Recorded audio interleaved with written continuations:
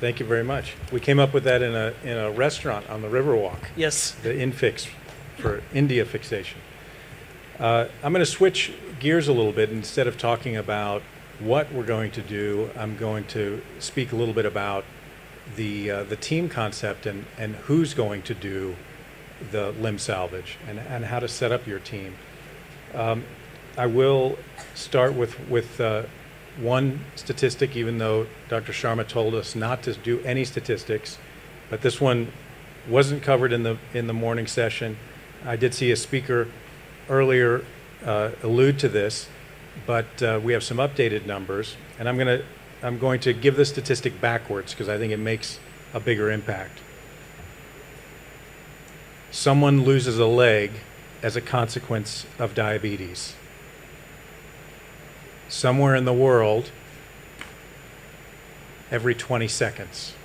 So every 20 seconds, somewhere in the world, a person loses a leg as a consequence of diabetes.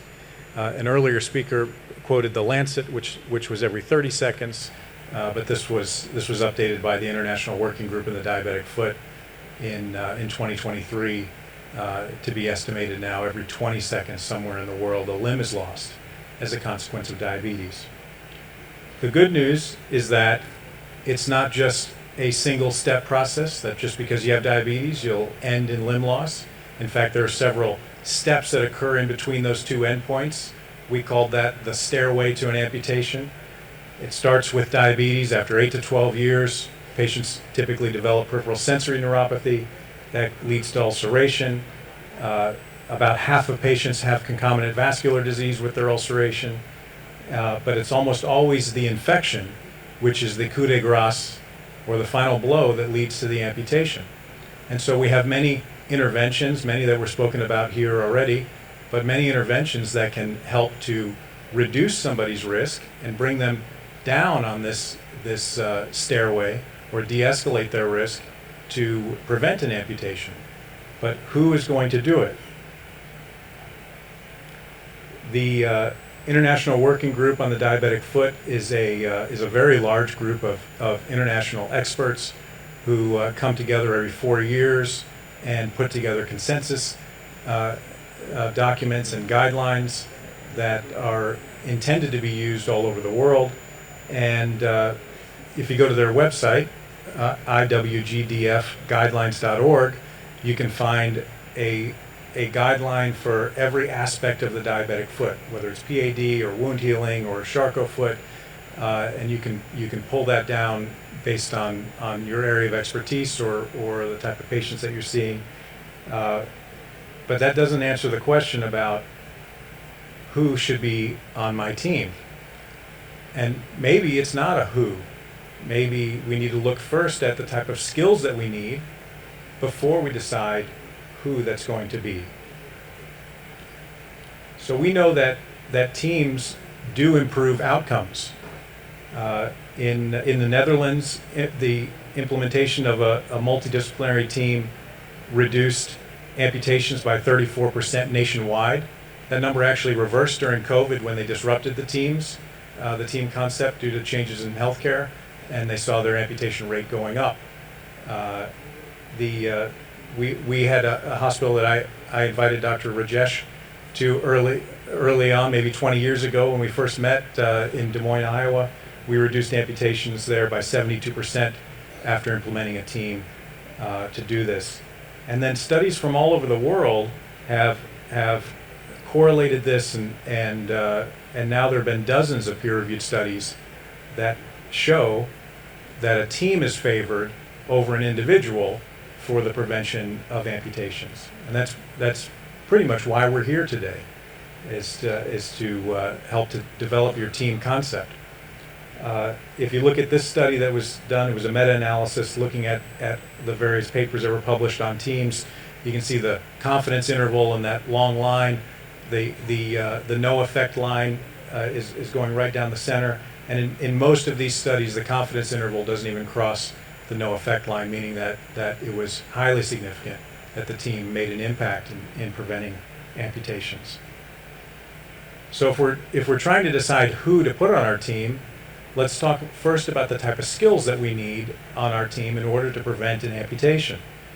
The first, this was written by Ryan Fitzgerald, and it was called the DRAFT, the Diabetic Rapid Response Acute Foot Team, the 7 essential skills for targeted limb salvage. And this has been quoted a lot, actually, because it was very intuitive at the time when it was written in 2009. And these 7 skills were found to be the minimums that you need in order to have a center of excellence level team.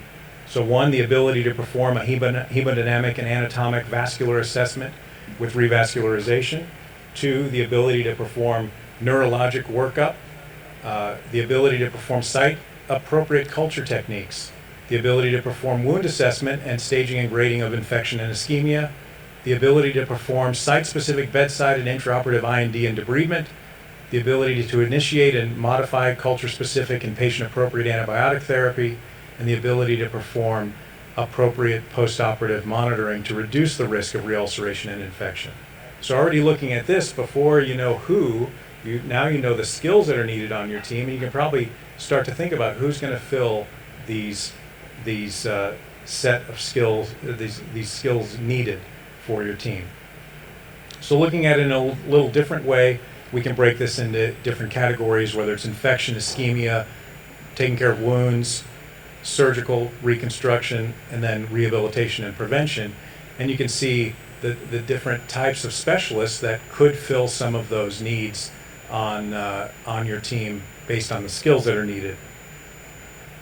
We wrote in 2009 about one type of team concept, and in fact there have been several that have been written about 11 different types of teams, whether it's a 3-legged stool like they have at Georgetown, where you have a plastic surgeon, a podiatrist, and a vascular disease specialist, or what we were talking about, which is the irreducible minimum, which is the toe and the flow, and in some cases that's podiatric surgery and vascular surgery, but it doesn't always have to be, depending on where you are. And so the toe are the people that are looking after the foot, as far as the infection goes, the wound healing goes, the prevention of reulceration.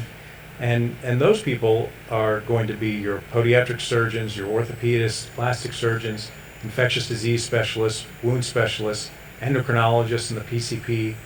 And then we have, on the flow side, the people that are looking after the circulation in order to restore enough perfusion to heal and avoid an amputation. And that's most often a vascular surgeon, but in some parts of the world it's an interventionalist, like a cardiologist or an interventional radiologist. And in some places it also involves a lot of hyperbaric medicine, although we always provide the caveat that HBO is an adjunct to the best practice, and it's not a substitute for the best practice in direct revascularization. So when we look at this toe and flow model, it was actually studied in Canada, in Alberta. This is the province of Alberta, and there were 2 health districts with relatively the same size population, with the same size hospital in both areas, and not too far from one another, but Edmonton, Alberta, and Calgary, Alberta. And in these 2 locations, they had 2 different types of approaches to the diabetic foot. In Calgary, they established a toe and flow team where every patient was seen by the team, and in Alberta, in Edmonton, they had only a vascular surgeon that was looking after the patient without any mind on the toe. So, looking at the comparison between these 2 locations, what you have here is Calgary in blue and Edmonton in orange. This is the high-low amputation ratio, so the number of high amputations over the number of low amputations or foot-sparing amputations, like a toe or a transmetatarsal amputation. And it's almost like a cholesterol test for your center and how your center is performing in limb sparing surgeries. And so a high-low amputation ratio, if it was 1, you'd have an equal number of high amputations or limb losses to an equal number of, let's say, toe amputations. And so a ratio below that means that there are more lower amputations and more foot-sparing amputations than there are major amputations. So the goal is to have as low of a high-low amputation ratio as possible.